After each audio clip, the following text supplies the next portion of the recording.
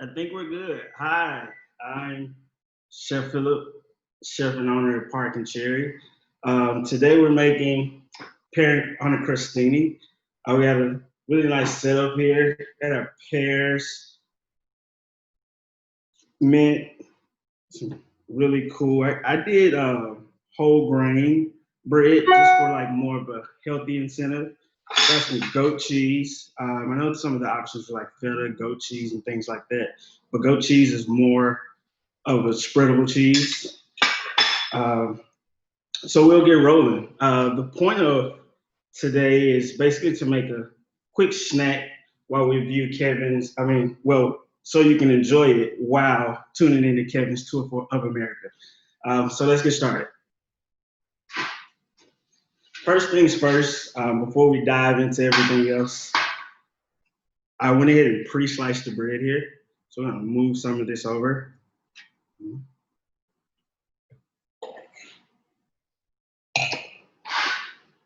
If you got your pan out, put a couple pieces of bread on. Look, olive oil.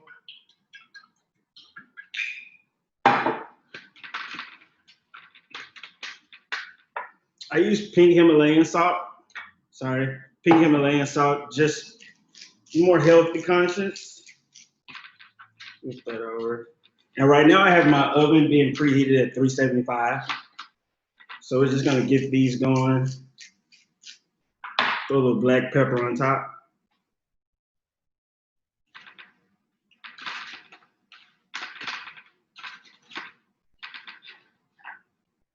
So that's kind of what that looks like. I'm gonna throw these in for 5 to 10 minutes. Next, we're gonna work down our pears. So put sticker off here. You don't need a great knife for this. So I'll use a butter knife. Why not? Cut that bad boy down.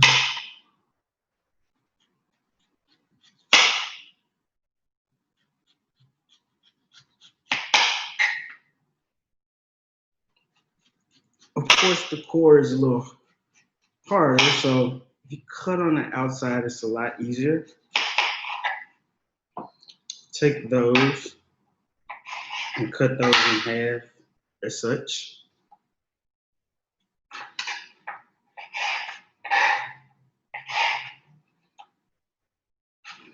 I'm gonna do a few because I'm actually gonna have this as a snack while we watch Kevin.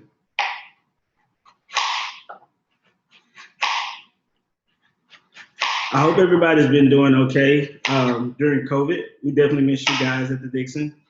Um, we're now in the process of getting things rolling to get Park and Cherry back open. So I hope that you guys will come by and see us.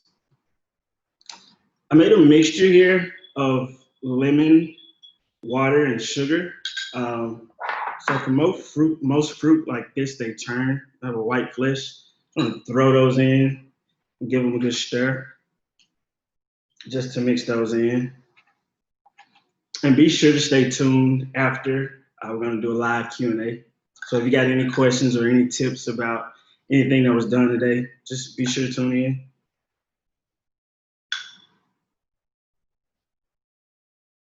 So we got those mixed in. I'm gonna go ahead and pick some of this. This is mint. The recipe called for basil, but I'm a fan of mint with pear. I think mint goes good with goat cheese. Just gonna pop those bad boys off. And a few more.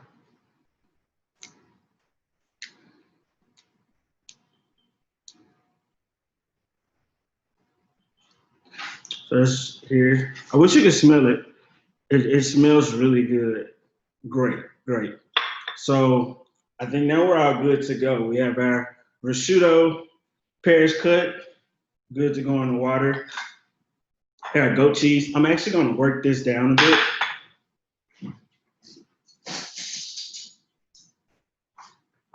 It's a spreadable cheese, but just to make it a little more spreadable. We'll work it down, mash it a bit.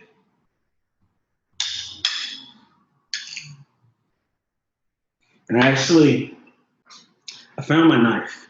And so just the difference between a good knife and a bad knife. That's a little hard here. See, this one, it goes right through. So it's always good to have good product. A great investment in the home is always something great for the kitchen. That's good.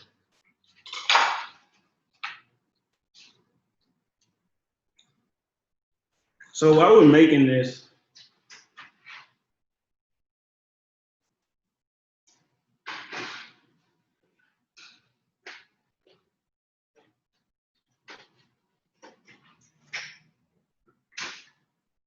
I'll tell you guys a quick story. These are good and toasted.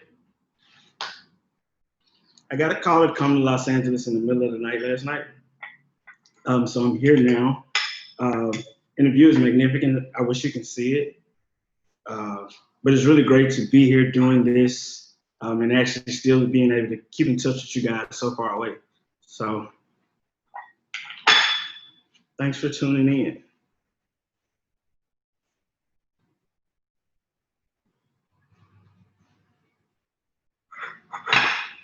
This doesn't have to be pretty, doesn't have to be perfect, just good.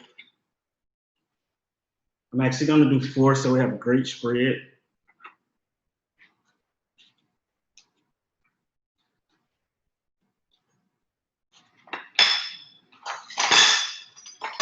Let me do it off a little bit so you guys can see.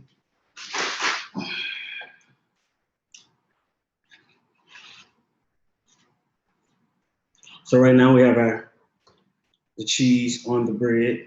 And you can do pear, then prosciutto, prosciutto, or pear. I'm going to go prosciutto.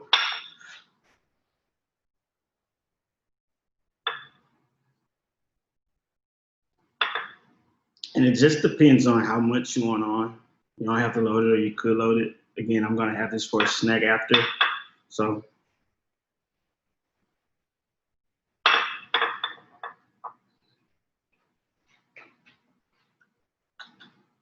throw some of our sliced pears on top.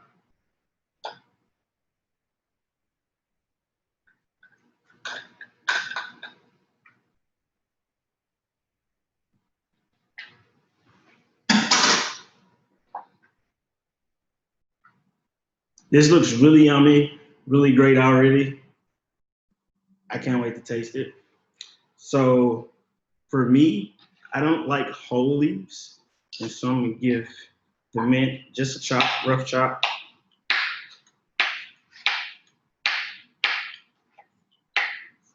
Again, a good knife goes a long way.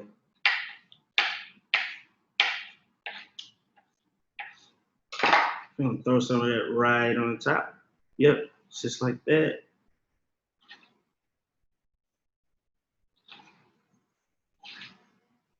And voila, I'm gonna grab a plate and I'm gonna make it.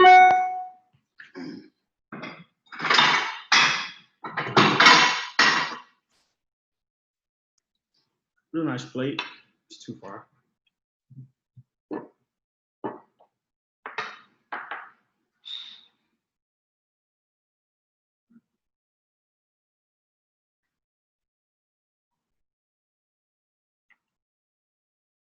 And there you have it.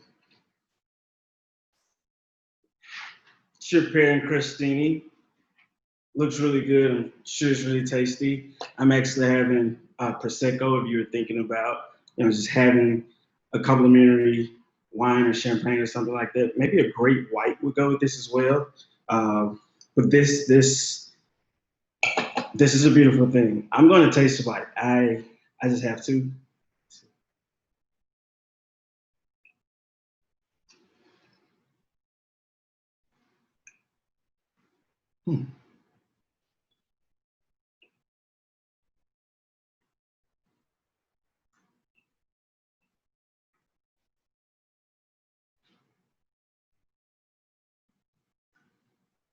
Really good. A lot of flavors. Got your mint, got the freshness from the pear, fresh prosciutto, Goat cheese is always a magnificent go-to. And actually, the whole grain bread adds a completely different component to the dish. So thanks for tuning in. Um, Now we're going live with Kevin for the tour of America.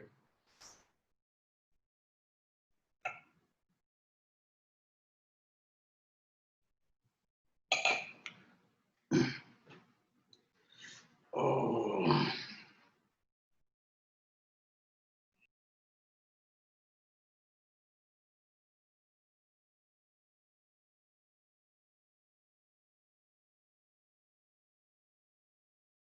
Hello everyone, I'm Kevin Sharp, the director of the Dixon Gallery and Gardens. So I'd like to welcome you to the director's tour for our current exhibition, For America, Paintings from the National Academy of Design.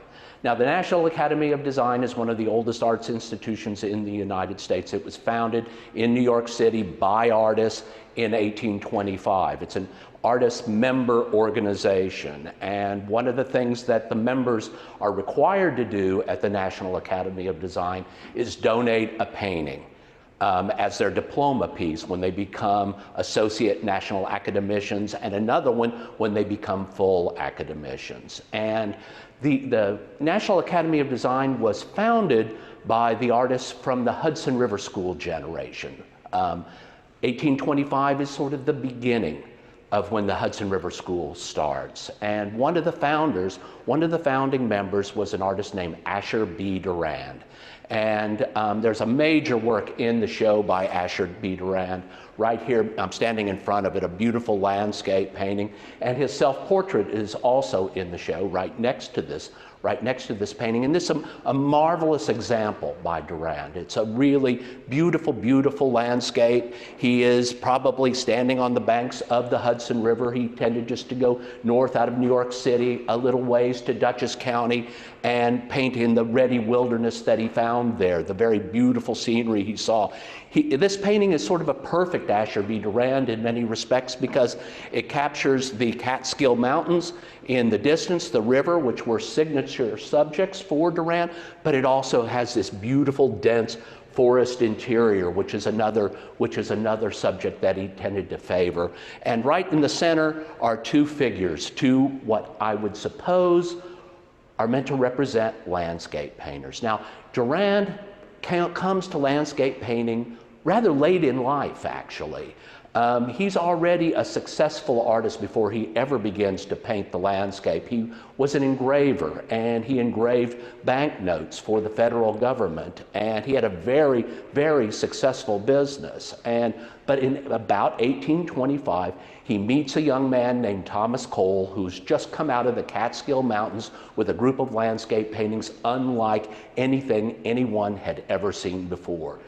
These paintings of a raw wilderness setting were just not what artists typically painted when they approached the landscape. Landscape in the European tradition tended to be sanctified by use, by cultivation. So going out into the wilderness and painting these wild settings was something completely new. And Asher B. Durand was immediately influenced by the work of his young friend Cole and began to embrace that aesthetic himself. This painting, is from many years later, 25 years later. By this time, he is one of the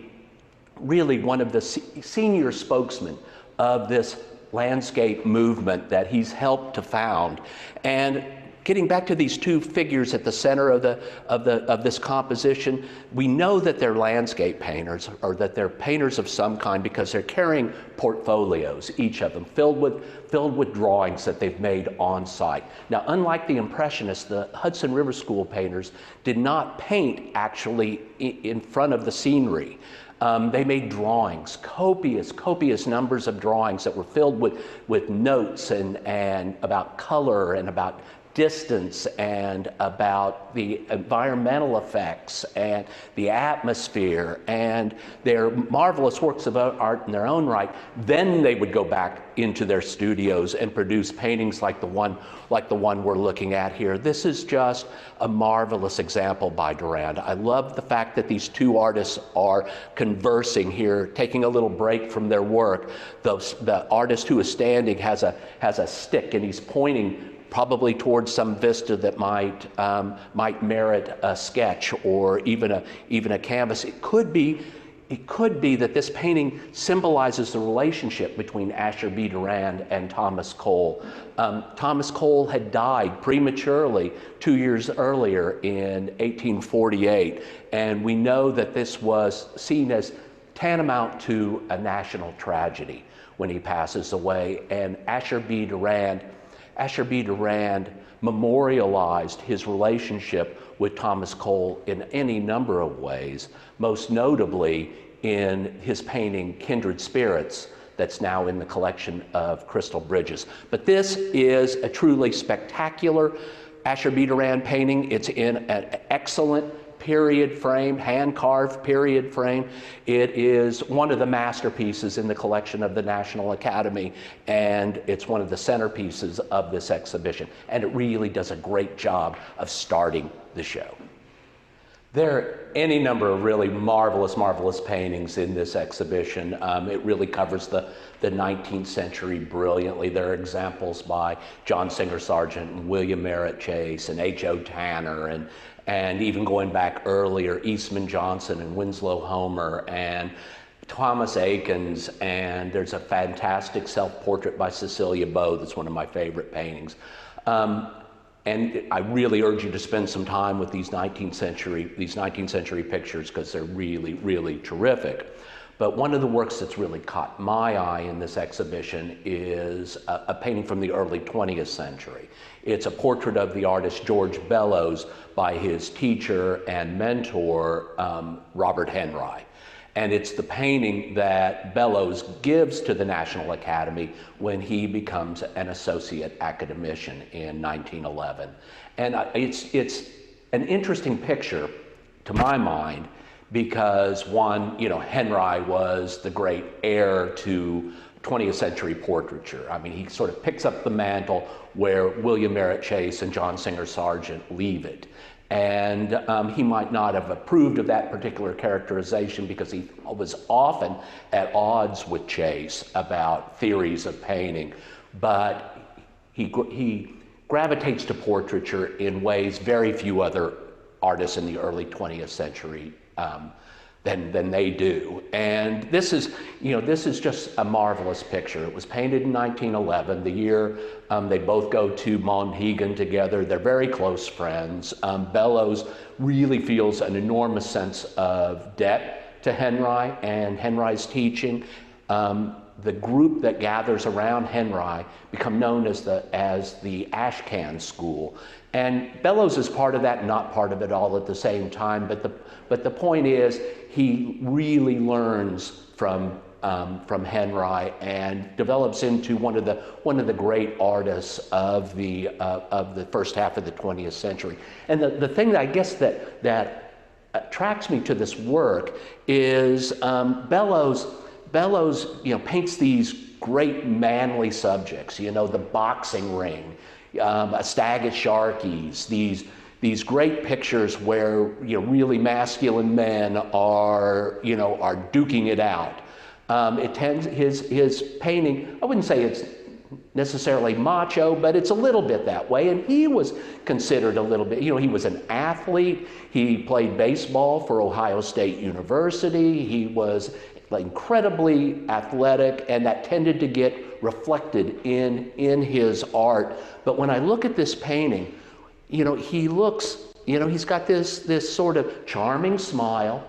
He's very lean and tall, and I mean, he actually looks sort of effete in a way. I mean, actually more like an artist than an athlete. And, and that was certainly in him. I mean, his public persona may have been about, the manly world of one thing and another, but here Henry captures him as the artist he really is. And I mean, it's just a beautiful, beautiful painting. And I like the fact that he's got this hint of a smile. It's just a very captivating work, and one I hope you'll enjoy as well.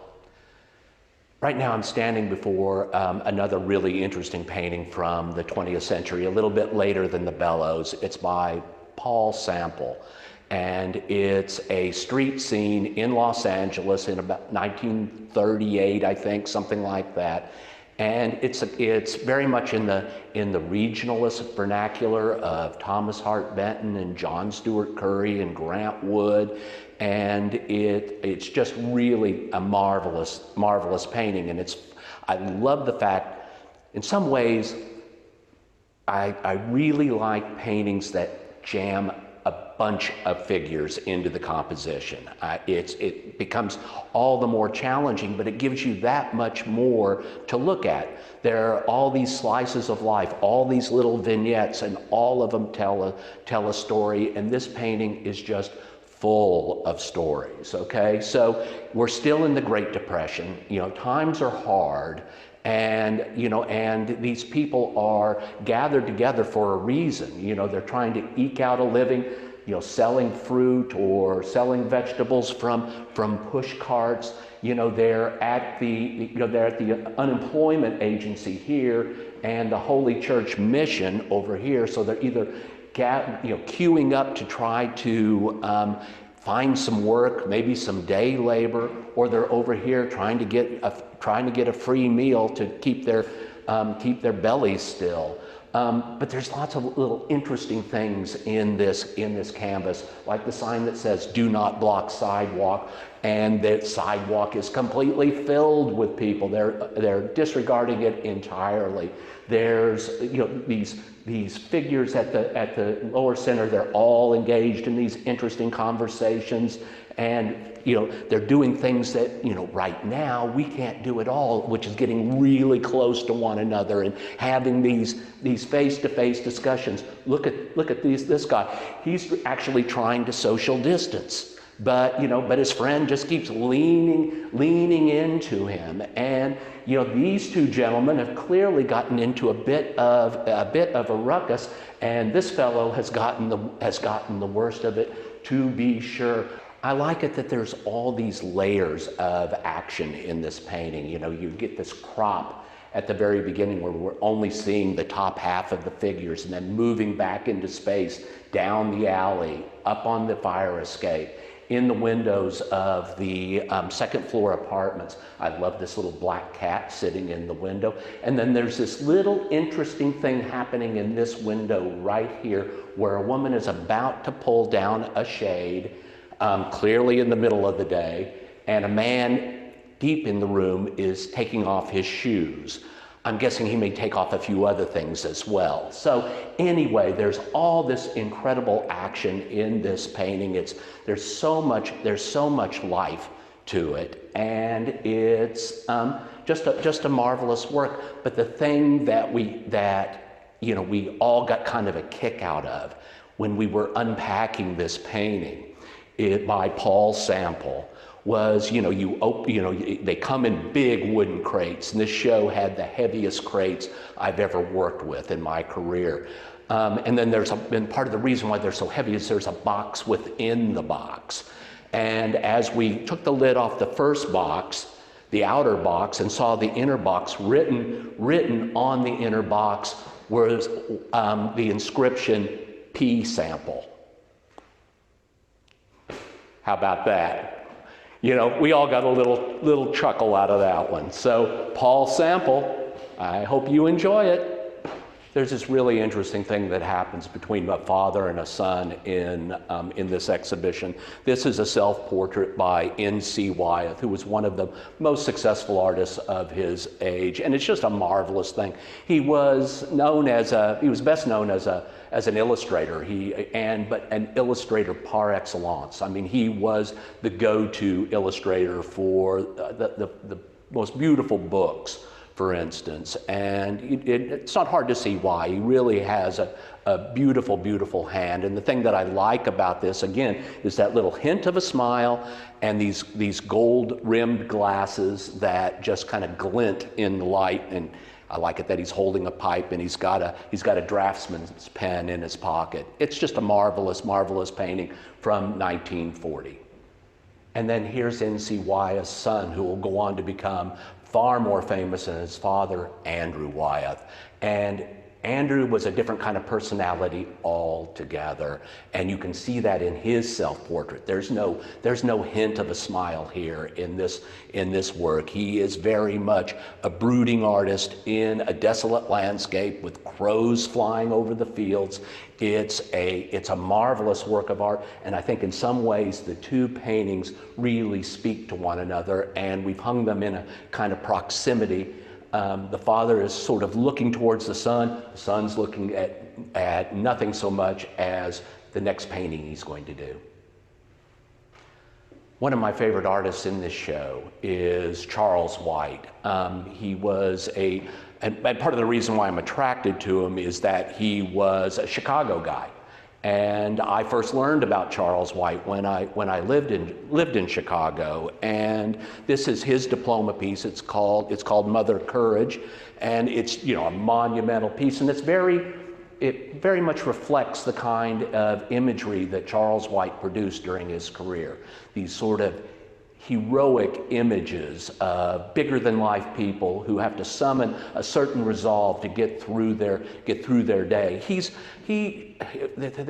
was never taught in art history programs when I was coming up, but he should have been. He's so incredibly good. Now, he does go against the grain. He favors figuration in an age that is mostly about abstraction. And he has narratives in his work when so much painting, like from the pop era, was trading in ironies. Charles White had things to say, and he said them brilliantly. And I remember the exact moment when I learned who Charles White was. I was working in the print room at the Art Institute of Chicago in 1991, and a young private art dealer named Derek Beard comes in with this huge drawing under his arm. Now, my recollection is the guy didn't even have an appointment. He just calls from the dock and asks to come in, and he brings this drawing in with him and shows it to my boss, Douglas Druick, and to my good pal, Mark Pascal, who still works in the Department of Prints and Drawings. And he brings out this drawing, this epic drawing called Harvest Talk of these two farmers with powerful arms. And the thing I remember most are the huge hands. And it's like, who is this artist, and why hadn't anyone taught me about Charles White? Why did I have to figure this out?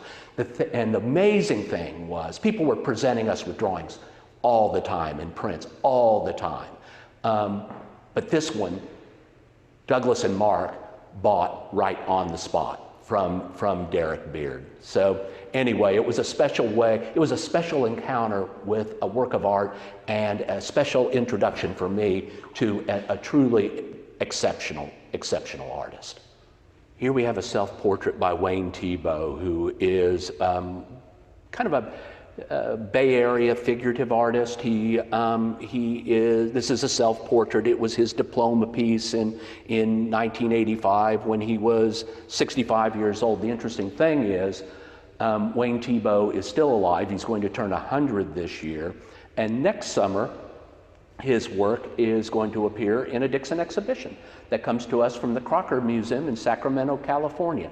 Interestingly enough, the Crocker Museum has done a major Thiebaud show every decade since the 1950s. And Thiebaud's been part of all of them. So, Wayne Thiebaud, stay tuned. Okay, so the last work I'm going to talk about today is this incredible self-portrait by Benny Andrews. Let me just say this. I've been looking at works of art for a very long time, and it's really kind of hard to fool me with artist tricks, with illusionism in particular. I almost always know what I'm looking at, and But when this Benny Andrews self-portrait came out of its crate, I just sort of loved it immediately. I loved the simplification of form. I loved that it's a self-portrait, but he's actually doing something.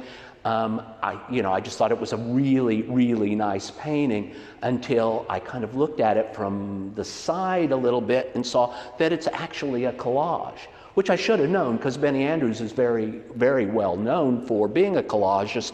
But it's like I read this all as painted, but it's all collaged in. Well, some of it's painted, and the same thing with him. And the wrinkles in his shirt are actually the wrinkles in the material. It's the best. It's just the best illusion, and I love it when artists, even after all these years, could still get the best of me.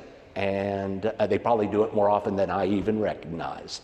So Benny Andrews, I hope you enjoy it. I hope you've enjoyed the exhibition. Come see it. There are many, many other things that are truly incredible in this show by some of the most famous artists of the American experiment, and others that will be completely new to you, I'm sure. So come see For America.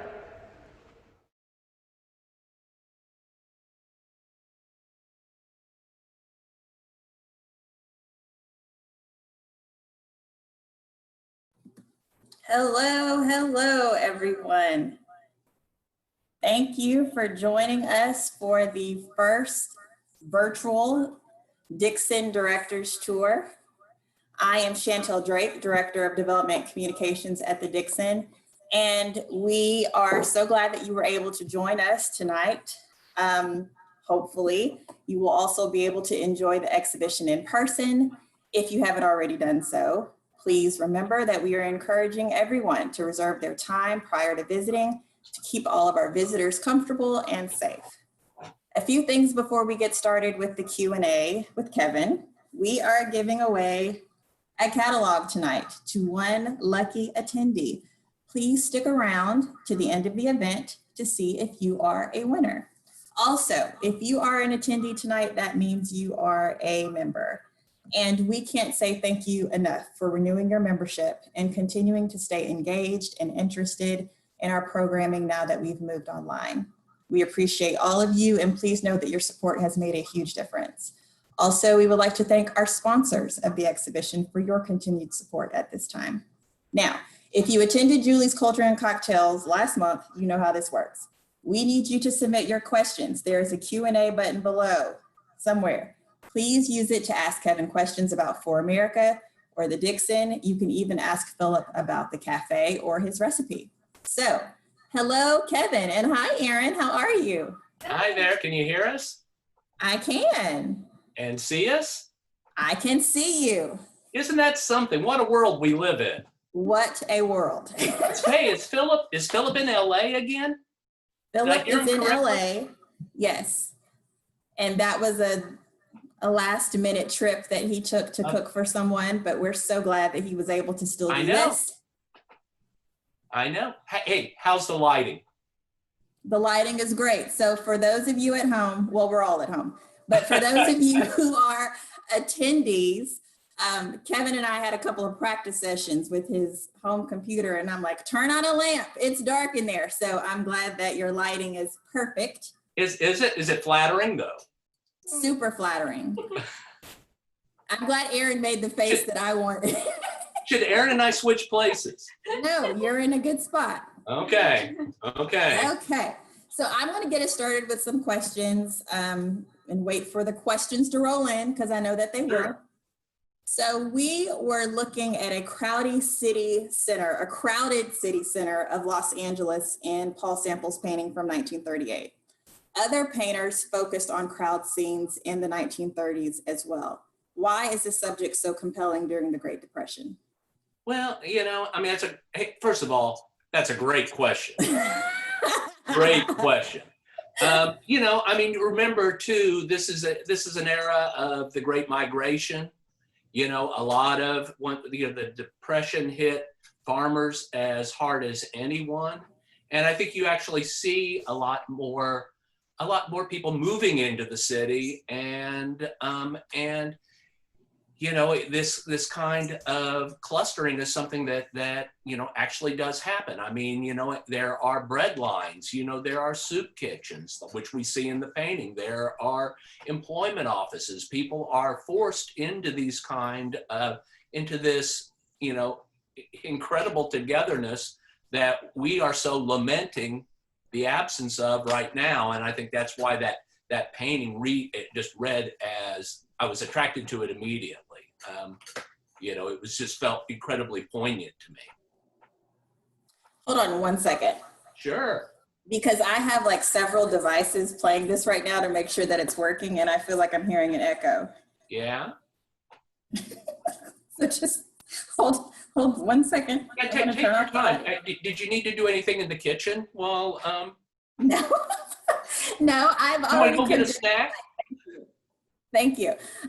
Okay, so Andrew Wyatt's self-portrait is interesting because the artist is moving.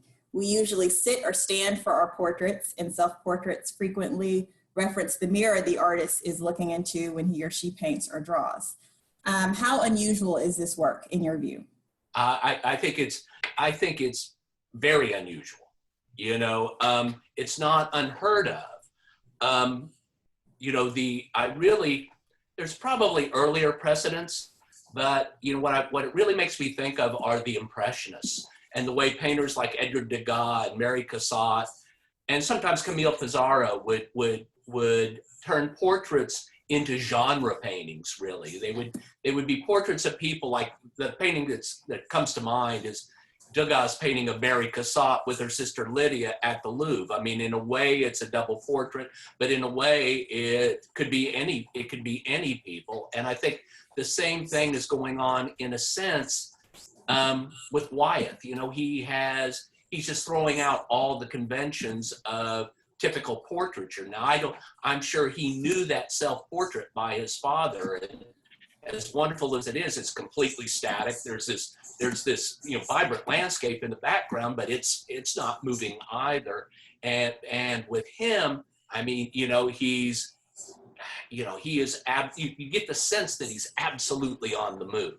You know, Yes. he's a young artist, and that could be, I mean, both literally and figuratively in a sense. And that's just again, Chantel, that's an excellent observation. Well, and thank a very you. Good question.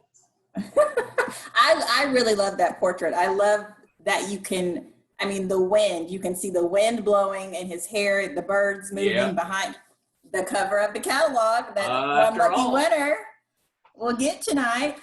It's just a really dynamic portrait. I like it a lot. Okay, good. So we have a couple of comments in the Q&A section. Aaron, you've trained your husband well. So I think that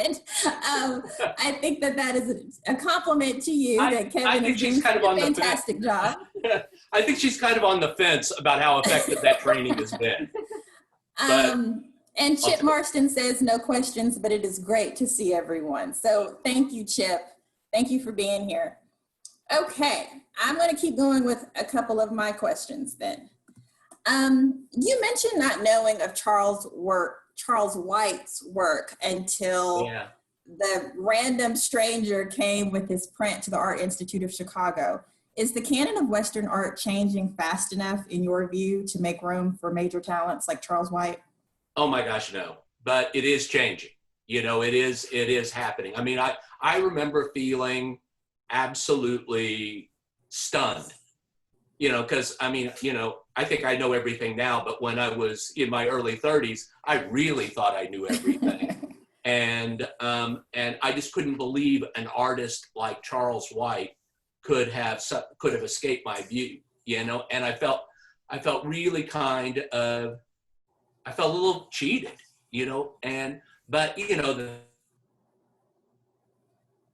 is changing dramatically, and art history is always about reclaiming artists that have fallen through the cracks. And you know, last year, maybe it was the year before, no, I think it was last year, the Art Institute of Chicago organized a major Charles White exhibition, long overdue, that my friend that I referenced, Mark Pascal, helped organize. And it also went to the Whitney Museum of American Art in New York, and to, I think, maybe to LA County Museum of Art. So it's an art, it's part of the fun of art history. I mean, it's a shame that Charles White wasn't really part of the Western canon from the, from the very beginning, but he's there now. And he's such an interesting artist, and better late than never, I guess. And that drawing. And I'm sure for someone who knows as much about artists and artworks as you, it's kind of fun to have a discovery moment where you learn about someone that you didn't know before. Well, it's true, and like I said, I was working in the Department of Prints and Drawings when Derek Beard brings this, Derek Beard was maybe just a little taller than you are, Chantel, and he's carrying this huge drawing. We almost couldn't see him behind this drawing. And the thing that made, and it's such an impression on me was that, my boss, Douglas, Douglas Druick, who was the head of prints and drawings and head of European painting at the Art Institute of Chicago, that he was kind of knocked out by this drawing as well, this great print scholar, drawing scholar himself. He didn't know Charles White either. Now, Mark, as I recall, did, because Mark just knows stuff. But Douglas and I didn't know him, and the fact that drawing stayed was a statement of its powerful quality. And I have to say, the reproduction we showed the one or two people that are watching this, it's much better than that reproduction represents. Well, we have more than one or two people watching. We do? And we also have a question from the audience. So, Kevin, I know this is a hard question, but what is your favorite portrait in the show? Oh, that is a hard, could I name like 11 of them? Well, I don't know if we have time for that. Okay, I'm sure we don't. That's a tough one. I mean, I'm very, I love the Bellows, or the Henright portrait of Bellows, and and the Andrew Wyeth we covered, but the one painting that is just really, really good is William Whittemore's portrait of Charles Courtney Curran. Now, I'm a little biased because, as you of course know, we did the Charles Courtney Curran retrospective, and that particular painting was reproduced in the book. We wanted to borrow it, but the National Academy of Design wouldn't loan it. And so when it came out of the crate, I was all excited, and I was having this maybe slightly senior moment where I thought I was being reunited with the painting, but I'd only seen it in reproduction actually, and it's just this great painting.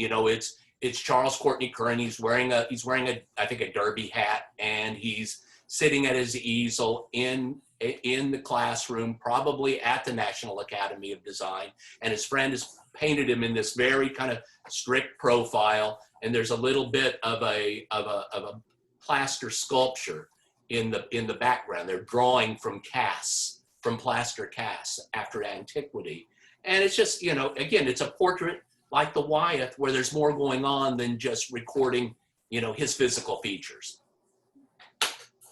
Okay, so another question. We have self-portraits by N.C. Wyeth and by Andrew Wyeth. Anything by Jamie Wyeth? No, wouldn't that have been good? And I'm sure he's a national academician. And so they probably have something. It would have been perfect. It would have been perfect, but unfortunately there is no Jamie Wyeth in the show. Okay, we have another question. Kevin, please tell us about the portrait behind you. Is it an African-American man? Can you give us a close-up and relate it to For America? Ooh. Big guns. Yes, it is. It is a portrait. Yeah. It is a portrait of President Obama when he was a child. when he was in school. A local artist whose name I sadly am not going to remember did a series of paintings and drawings where she took their fourth grade school picture and made a painting after it. And I actually bought this at I think at Art on Fire at the art sale. And Nice. I'm so embarrassed that I can't remember the name of the artist, but we just love it. So it's one of the favorites in our collection.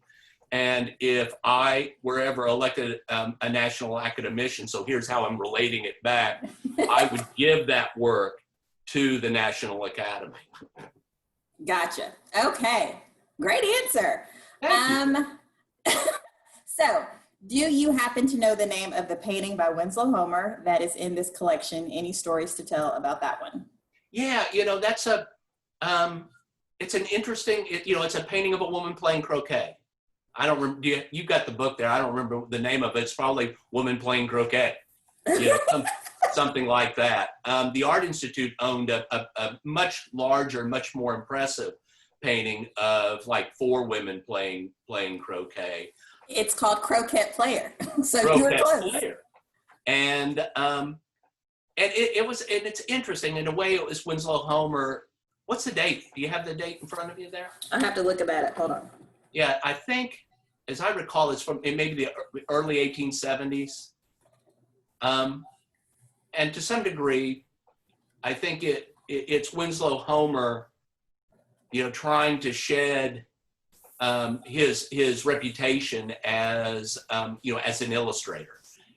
This was and to choose a subject of a leisure activity, a kind of genteel leisure activity.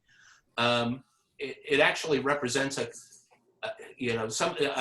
saw the show with someone who actually knows something about croquet, and it depicts a particularly American variety of croquet as opposed to English croquet. So the date is 1865. So even earlier. That's interesting. So that's right after the Civil War. So, his Civil War paintings are coming to an end, but he hasn't gone to England yet and France, where he'll sort of find even more refinement in his work. Okay, another question. Do you know anything about the woman in Mother Courage, which is Charles White's painting? I don't, but I know that there's another Charles White, his other diploma picture, which is a portrait of his aunt. Okay. And so we have a comment that the artist may be Anna Roach, who painted the image of President Obama behind you. Good job. I think that's right. What is it? Okay. Oh, thank you. Yeah, it's written on the back of the painting. I would just. Well, Sarah Lorenz, our Art on Fire coordinator, she gave us that answer, so she'll be the best person to know Sarah that. Lorenz. Thank you. Special events manager. Okay. Is Benny Andrews cutting up an American flag in his portrait? Kind of looks like it, but probably not. Okay. Probably not.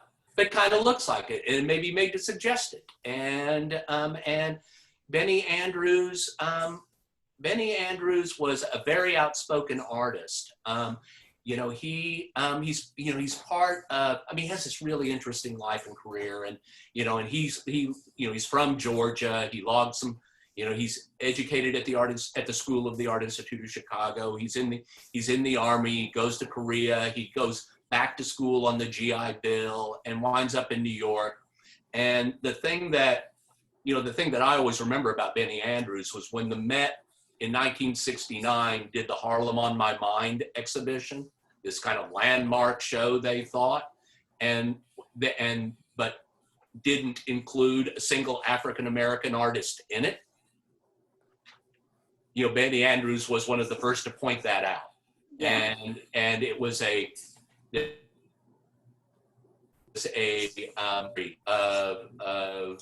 activism and advocacy for other African-American artists. Benny Andrews was wound up being very successful, and his work, still collected very, very avidly. He passed away in 2005 or 2006, something like that. But he was a champion for other artists, and he was an educator well after he really didn't need to continue being a teacher. You know, he was doing it for love, not for money. Okay. What happens to Bellows after entering the NAD? Well, he has this great career. You know, I mean, there are all these incredible portrait commissions. The works from World War I are profound and powerful. You know, he becomes a successful portraitist. He paints these amazing winter landscapes around New York, which are some of my favorite works by him, where the snow actually, he makes the painted snow look crystalline somehow. And he goes to Monhegan Island, and he is a very busy painter, but he has a ruptured appendix in 1925 or something like that, and he dies at only 42. Oh my gosh. Like that. Yeah. I mean, yeah, he produces this, you know, he's a prodigious worker, and there's a huge body of Bellows' work. Plus, he's a wonderful printmaker as well. But he dies very, very young. Wow. Yeah. Okay. Yeah. Well, I don't have any more questions. We do have a comment from Barbara Williamson. It's so lovely to see everyone. The tour was magnificent. And yes, Aaron, you have truly trained Kevin well. Well, that's a great one to leave it on, I guess. Okay, so are there any other questions? Are there any last minute questions? Is anyone waiting to send their question? Going once. Hang on. Going twice. We hope not, because we're about ready to go and have a delicious one of Chef Phillip's. Very nice. Yes. Yes. Delicious. Yeah, Philip did a fantastic job, and what a great kitchen. I know. Bring that kitchen back. Put it in our house. I know. Okay, so it's time to announce the winner of the For America catalog, and the winner is, it is not you, Kevin, but you can give me a drum roll if you like. Renee Castle. Oh, well done.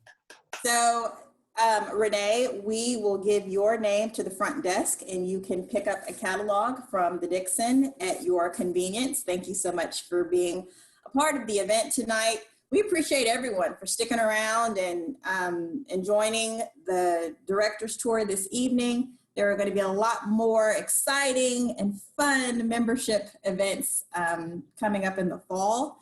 And I also want to thank a special team of people that you cannot see that's working behind the scenes to make sure these virtual events run seamlessly.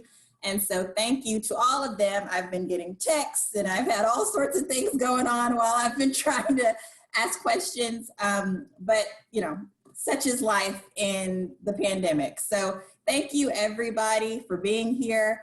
We hope to see you at the Dixon soon. Sure do. See you, everybody. Thank you. Bye-bye.